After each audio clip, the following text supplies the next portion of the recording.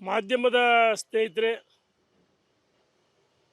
ರಾಜ್ಯದಲ್ಲಿ ಕಾಂಗ್ರೆಸ್ ಸರ್ಕಾರ ಅಧಿಕಾರದ ಅವಧಿಯಲ್ಲಿ ಸಂಪೂರ್ಣವಾಗಿ ಕಾನೂನು ಕುಸಿದು ಹೋಗಿದೆ. ಬಳ್ಳಾರಿ ಘಟನೆಯನ್ನು ಇಡೀ ದೇಶದ ಜನ ನೋಡಿದರೆ,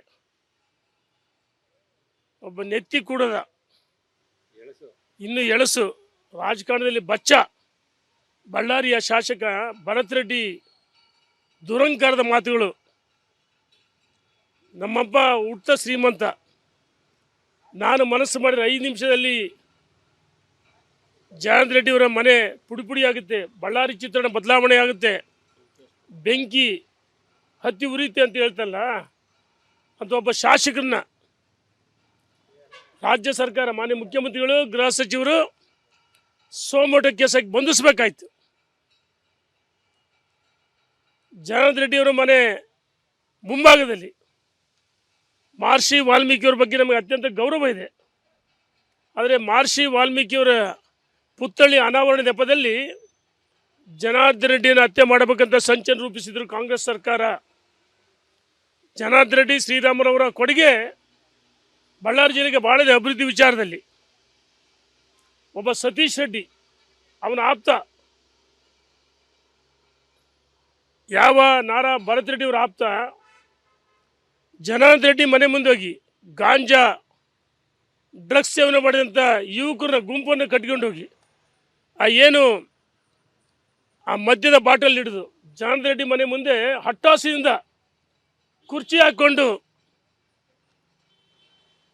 ಅವನ ಅಂಗರಕ್ಷಕರಿಂದ ಜನಾರ್ದನ್ ರೆಡ್ಡಿ ನೇರವಾಗಿ ಟಾರ್ಗೆಟ್ ಮಾಡಿ ಹತ್ಯೆ ಮಾಡಬೇಕಂತ ಇತ್ತು. ಮಿಸ್ಫೈರ್ ಆಗಿ ರಾಜಶೇಖರ್ ಯುವಕ ಬಲಿಯಾದಲ್ಲ, ಇದು ಕಾರಣ ಯಾರು? ನಾರಾ ಭರತ್ ರೆಡ್ಡಿ. ಇದೆಲ್ಲ ಕಾಂಗ್ರೆಸ್ ಸರ್ಕಾರದ ಪ್ರಚೋದನೆ. ಕಾಂಗ್ರೆಸ್ ಅಧಿಕಾರಕ್ಕೆ ಬಂದಾಗಿಂದ ನಿರಂತರವಾಗಿ ಗುಂಡಾಗಿರಿ ನಡೀತಾ ಇದೆ.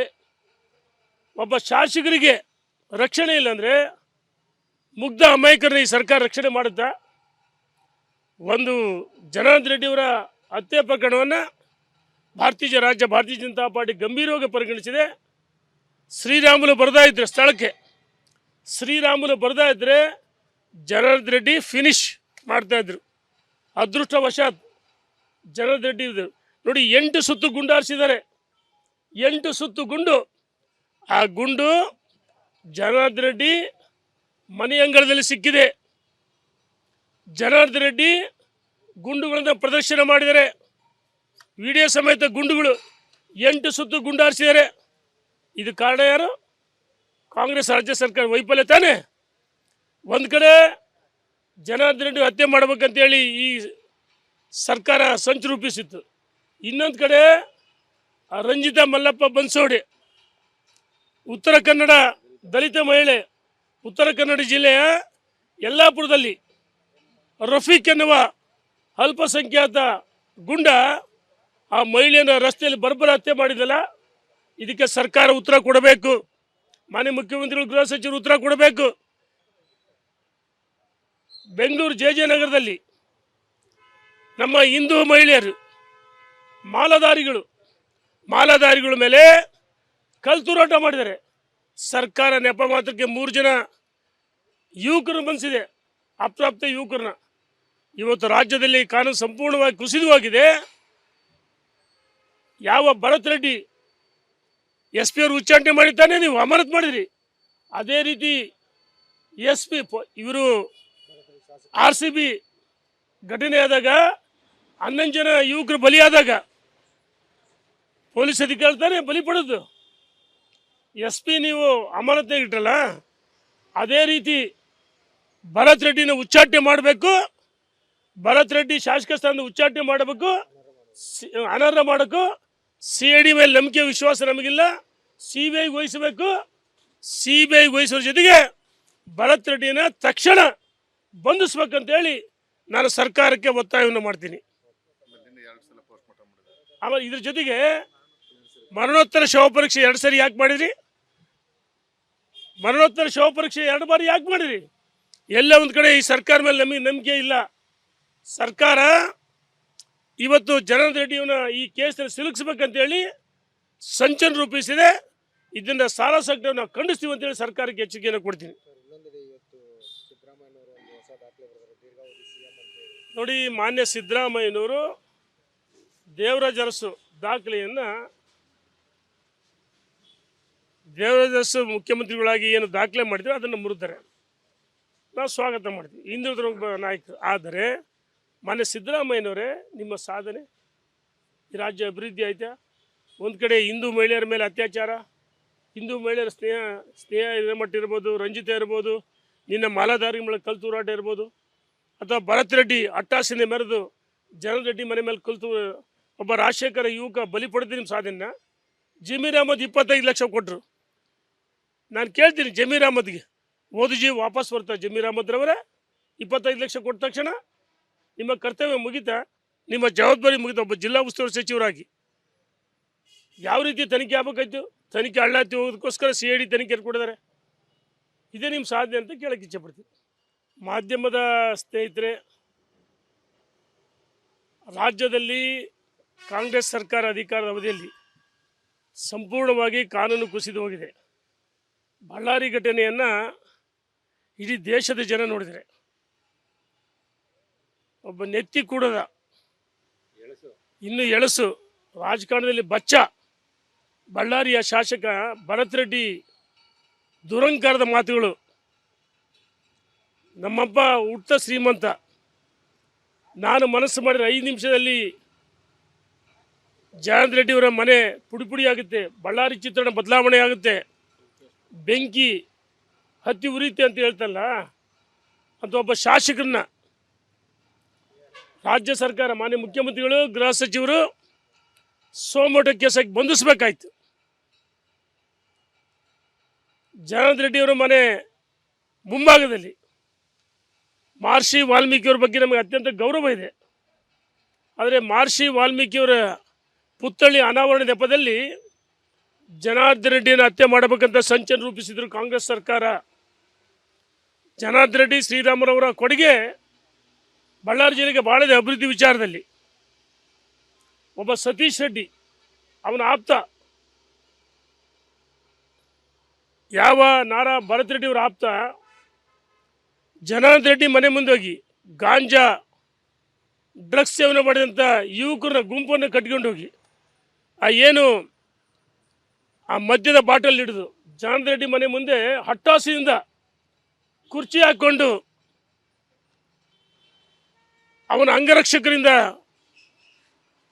ಜನಾರ್ದನ್ ರೆಡ್ಡಿ ನೇರವಾಗಿ ಟಾರ್ಗೆಟ್ ಮಾಡಿ ಹತ್ಯೆ ಮಾಡಬೇಕಂತ ಇತ್ತು. ಮಿಸ್ಫೈರ್ ಆಗಿ ರಾಜಶೇಖರ್ ಯುವಕ ಬಲಿಯಾದಲ್ಲ. ಇದಕ್ಕೆ ಕಾರಣ ಯಾರು? ನಾರಾ ಭರತ್ ರೆಡ್ಡಿ. ಇದೆಲ್ಲ ಕಾಂಗ್ರೆಸ್ ಸರ್ಕಾರದ ಪ್ರಚೋದನೆ. ಕಾಂಗ್ರೆಸ್ ಅಧಿಕಾರಕ್ಕೆ ಬಂದಾಗಿಂದ ನಿರಂತರವಾಗಿ ಗುಂಡಾಗಿರಿ ನಡೀತಾ ಇದೆ. ಒಬ್ಬ ಶಾಸಕರಿಗೆ ರಕ್ಷಣೆ ಇಲ್ಲಾಂದರೆ ಮುಗ್ಧ ಅಮಾಯಕರನ್ನ ಈ ಸರ್ಕಾರ ರಕ್ಷಣೆ ಮಾಡುತ್ತಾ? ಒಂದು ಜನಾರ್ದನ್ ರೆಡ್ಡಿಯವರ ಹತ್ಯೆ ಪ್ರಕರಣವನ್ನು ಭಾರತೀಯ ಜನತಾ ಪಾರ್ಟಿ ಗಂಭೀರವಾಗಿ ಪರಿಗಣಿಸಿದೆ. ಶ್ರೀರಾಮುಲು ಬರ್ದಾ ಇದ್ರೆ ಸ್ಥಳಕ್ಕೆ, ಶ್ರೀರಾಮುಲು ಬರ್ದಾ ಇದ್ದರೆ ಜನಾರ್ದನ್ ರೆಡ್ಡಿ ಫಿನಿಶ್ ಮಾಡ್ತಾಯಿದ್ರು. ಅದೃಷ್ಟವಶಾತ್ ಜನಾರ್ದನ್ ರೆಡ್ಡಿ ಇದ್ದರು ನೋಡಿ, 8 ಸುತ್ತು ಗುಂಡು ಹಾರಿಸಿದ್ದಾರೆ. 8 ಸುತ್ತು ಗುಂಡು. ಆ ಗುಂಡು ಜನಾರ್ದನ್ ರೆಡ್ಡಿ ಮನೆ ಅಂಗಳದಲ್ಲಿ ಸಿಕ್ಕಿದೆ. ಜನಾರ್ದನ್ ರೆಡ್ಡಿ ಗುಂಡುಗಳನ್ನು ಪ್ರದರ್ಶನ ಮಾಡಿದ್ದಾರೆ. ವಿಡಿಯೋ ಸಮೇತ ಗುಂಡುಗಳು 8 ಸುತ್ತು ಗುಂಡು ಹಾರಿಸಿದ್ದಾರೆ. ಇದು ಕಾರಣ ಯಾರು? ಕಾಂಗ್ರೆಸ್ ರಾಜ್ಯ ಸರ್ಕಾರ ವೈಫಲ್ಯ ತಾನೇ. ಒಂದು ಕಡೆ ಜನಾರ್ದನ್ ರೆಡ್ಡಿ ಹತ್ಯೆ ಮಾಡಬೇಕಂತೇಳಿ ಈ ಸರ್ಕಾರ ಸಂಚು ರೂಪಿಸಿತ್ತು. ಇನ್ನೊಂದು ಕಡೆ ರಂಜಿತಾ ಮಲ್ಲಪ್ಪ ಬನ್ಸೋಡೆ, ಉತ್ತರ ಕನ್ನಡ ದಲಿತ ಮಹಿಳೆ, ಉತ್ತರ ಕನ್ನಡ ಜಿಲ್ಲೆಯ ಯಲ್ಲಾಪುರದಲ್ಲಿ ರಫೀಕ್ ಎನ್ನುವ ಅಲ್ಪಸಂಖ್ಯಾತ ಗುಂಡ ಆ ಮಹಿಳೆಯನ್ನು ರಸ್ತೆಯಲ್ಲಿ ಬರ್ಬರ ಹತ್ಯೆ ಮಾಡಿದಲ್ಲ. ಇದಕ್ಕೆ ಸರ್ಕಾರ ಉತ್ತರ ಕೊಡಬೇಕು. ಮಾನ್ಯ ಮುಖ್ಯಮಂತ್ರಿಗಳು, ಗೃಹ ಸಚಿವರು ಉತ್ತರ ಕೊಡಬೇಕು. ಬೆಂಗಳೂರು JJ ನಗರದಲ್ಲಿ ನಮ್ಮ ಹಿಂದೂ ಮಹಿಳೆಯರು ಮಾಲಾಧಾರಿಗಳ ಮೇಲೆ ಕಲ್ತೂರಾಟ ಮಾಡಿದ್ದಾರೆ. ಸರ್ಕಾರ ನೆಪ ಮಾತ್ರಕ್ಕೆ 3 ಜನ ಯುವಕರು ಬಂಧಿಸಿದೆ, ಅಪ್ರಾಪ್ತ ಯುವಕರನ್ನ. ಇವತ್ತು ರಾಜ್ಯದಲ್ಲಿ ಕಾನೂನು ಸಂಪೂರ್ಣವಾಗಿ ಕುಸಿದು ಹೋಗಿದೆ. ಯಾವ ಭರತ್ ರೆಡ್ಡಿ ಎಸ್ ಪಿ ಅವರು ಉಚ್ಚಾಟನೆ ಮಾಡಿದ್ದಾನೆ ನೀವು ಅಮಾನತ್ ಮಾಡಿದ್ರಿ. ಅದೇ ರೀತಿ ಎಸ್ ಪಿ ಇವರು RCB ಘಟನೆ ಆದಾಗ 11 ಜನ ಯುವಕರು ಬಲಿಯಾದಾಗ ಪೊಲೀಸ್ ಅಧಿಕಾರಿ ತಾನೇ ಬಲಿ ಪಡೋದು. ಎಸ್ ಪಿ ನೀವು ಅಮಾನತ್ನಾಗ ಇಟ್ಟಲ್ಲ, ಅದೇ ರೀತಿ ಭರತ್ ರೆಡ್ಡಿನ ಉಚ್ಚಾಟನೆ ಮಾಡಬೇಕು. ಭರತ್ ರೆಡ್ಡಿ ಶಾಸಕ ಸ್ಥಾನದ ಉಚ್ಚಾಟನೆ ಮಾಡಬೇಕು, ಅನರ್ಹ ಮಾಡೋಕ್ಕೂ. CID ಮೇಲೆ ನಂಬಿಕೆ ವಿಶ್ವಾಸ ನಮಗಿಲ್ಲ, CBI ವಹಿಸಬೇಕು. CBI ವಹಿಸೋರ ಜೊತೆಗೆ ಭರತ್ ರೆಡ್ಡಿನ ತಕ್ಷಣ ಬಂಧಿಸ್ಬೇಕಂತೇಳಿ ನಾನು ಸರ್ಕಾರಕ್ಕೆ ಒತ್ತಾಯವನ್ನು ಮಾಡ್ತೀನಿ. ಆಮೇಲೆ ಇದ್ರ ಜೊತೆಗೆ ಮರಣೋತ್ತರ ಶವ ಪರೀಕ್ಷೆ 2 ಸರಿ ಯಾಕೆ ಮಾಡಿದ್ರಿ? ಮರಣೋತ್ತರ ಶವ ಪರೀಕ್ಷೆ 2 ಬಾರಿ ಯಾಕೆ ಮಾಡಿದ್ರಿ? ಎಲ್ಲ ಒಂದು ಕಡೆ ಈ ಸರ್ಕಾರ ಮೇಲೆ ನಮಗೆ ನಂಬಿಕೆ ಇಲ್ಲ. ಸರ್ಕಾರ ಇವತ್ತು ಜನಾರ್ದನ್ ರೆಡ್ಡಿಯವನ್ನ ಈ ಕೇಸಲ್ಲಿ ಸಿಲುಕಿಸ್ಬೇಕಂತೇಳಿ ಸಂಚನ ರೂಪಿಸಿದೆ. ಇದನ್ನು ಸಾಲ ಸಂಕಟವನ್ನು ನಾವು ಖಂಡಿಸ್ತೀವಿ ಅಂತೇಳಿ ಸರ್ಕಾರಕ್ಕೆ ಎಚ್ಚರಿಕೆಯನ್ನು ಕೊಡ್ತೀನಿ.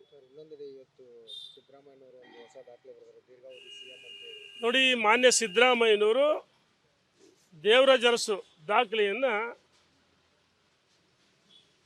ದೇವರಾಜ ಅರಸು ಮುಖ್ಯಮಂತ್ರಿಗಳಾಗಿ ಏನು ದಾಖಲೆ ಮಾಡಿದ್ರು ಅದನ್ನು ಮುರಿದರೆ ನಾವು ಸ್ವಾಗತ ಮಾಡ್ತೀವಿ, ಹಿಂದುಳಿದ ಒಬ್ಬ ನಾಯಕರು. ಆದರೆ ಮಾನ್ಯ ಸಿದ್ದರಾಮಯ್ಯನವರೇ, ನಿಮ್ಮ ಸಾಧನೆ ಈ ರಾಜ್ಯ ಅಭಿವೃದ್ಧಿ ಆಯ್ತಾ? ಒಂದು ಕಡೆ ಹಿಂದೂ ಮಹಿಳೆಯರ ಮೇಲೆ ಅತ್ಯಾಚಾರ, ಹಿಂದೂ ಮಹಿಳೆಯರ ಸ್ನೇಹ ಹಿರೇಮಠ ಇರ್ಬೋದು, ರಂಜಿತಾ ಇರ್ಬೋದು, ನಿನ್ನ ಮಾಲಾಧಾರಿ ಮೇಲೆ ಕಲ್ಲು ತೂರಾಟ ಇರ್ಬೋದು, ಅಥವಾ ಭರತ್ ರೆಡ್ಡಿ ಅಟ್ಟಾಸನೆ ಮೆರೆದು ಜನಾರ್ದನ್ ರೆಡ್ಡಿ ಮನೆ ಮೇಲೆ ಕಲ್ತು ಒಬ್ಬ ರಾಜಶೇಖರ ಯುವಕ ಬಲಿ ಪಡೆದು ನಿಮ್ಮ ಸಾಧನೆ. ಜಮೀರ್ ಅಹಮದ್ 25 ಲಕ್ಷ ಕೊಟ್ಟರು.